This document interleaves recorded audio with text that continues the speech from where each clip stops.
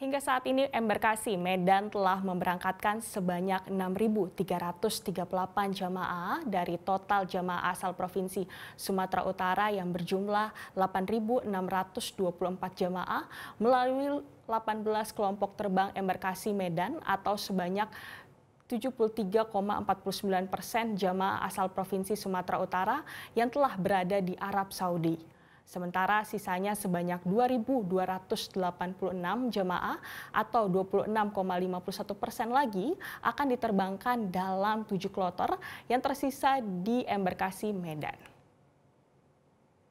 Sebelumnya, kloter 18 embarkasi Medan yang membawa 360 jamaah telah meninggalkan asrama haji Medan menggunakan 10 unit bus menuju Bandara Kuala Namu, Deli Serdang.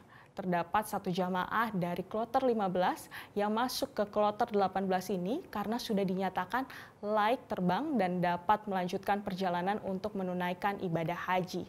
Sedangkan kloter 19 yang berasal dari Kabupaten Simalungun dan Kota Medan berjumlah sebanyak 353 jamaah dan 7 orang petugas sehingga jumlah yang akan diberangkatkan ke Tanah Suci pada kloter 19 ini ada sekitar 360 orang, tersisa 7 dari total 25 kelompok terbang embarkasi Medan yang menunggu untuk diterbangkan ke Tanah Suci Mekah.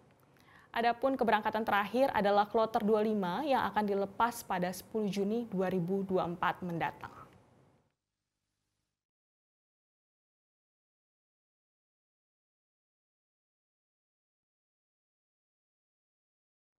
Jelajahi cara baru mendapatkan informasi. Download Metro TV Extend sekarang.